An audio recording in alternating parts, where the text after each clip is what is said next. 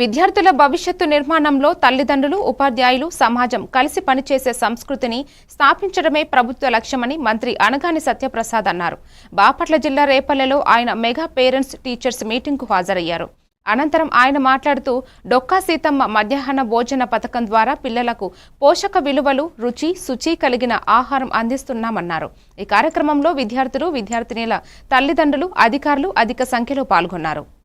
ఏదైతే పెట్టుబడిదారులు పెద్ద ఎత్తున రాష్ట్రంలో వస్తా ఉన్నారో వాళ్ళందరికీ కూడా ఉద్యోగ దాంట్లో అన్నింటిలో కూడా పెట్టుబడిదారులు వచ్చినప్పుడు మనకు కూడా ఉద్యోగ అవకాశాలు వచ్చే దిశగా కూడా వాళ్ళకి స్కిల్ డెవలప్మెంట్ పరంగా కూడా సైమల్టేనియస్గా చేసే విధంగా ఈ కార్యక్రమాలను చేస్తున్నారు. మీరు తెలుసుకోవాలి, మీరు మాట్లాడాలి. ఎందుకంటే మీ రాష్ట్రానికి, దేశానికి, ప్రపంచానికి భవిష్యత్తు మీరు. మేము కాదు, మాది అయిపోయా. రేపు రాబోయే రోజుల్లో రేపటికి ఎమ్మెల్యే ఎవరున్నా వచ్చు, క్రిమినల్ ఎవరున్నా వచ్చు.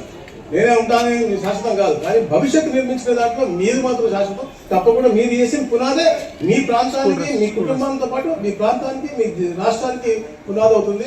తప్పకుండా బాగా చదువుకోండి.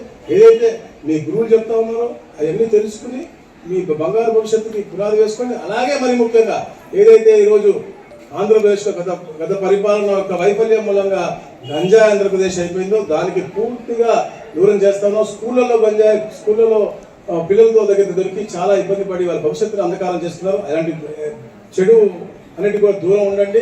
అవన్నీ అలాంటి ఇబ్బందులు వస్తాయి మీ తల్లిదండ్రులు చెప్పండి, మీ గురువులు చెప్పండి, మీకు మీ ఫ్రెండ్స్ మాట్లాడండి, మాతో కూడా మాట్లాడండి. అలాంటివి ఉన్నా కూడా మాకు తెలియజేయండి. తప్పకుండా అలాంటి ఏమైనా ఫోర్స్ చేస్తే వాళ్ళని తప్పకుండా శిక్షిస్తాం. మీకు మంచి వాతావరణంలో ఇవన్నీ కూడా మేము చేయాలని చెప్పి తప్పన పడతా ఉన్నాం ఈ వేదిక మీద అందరూ కూడా.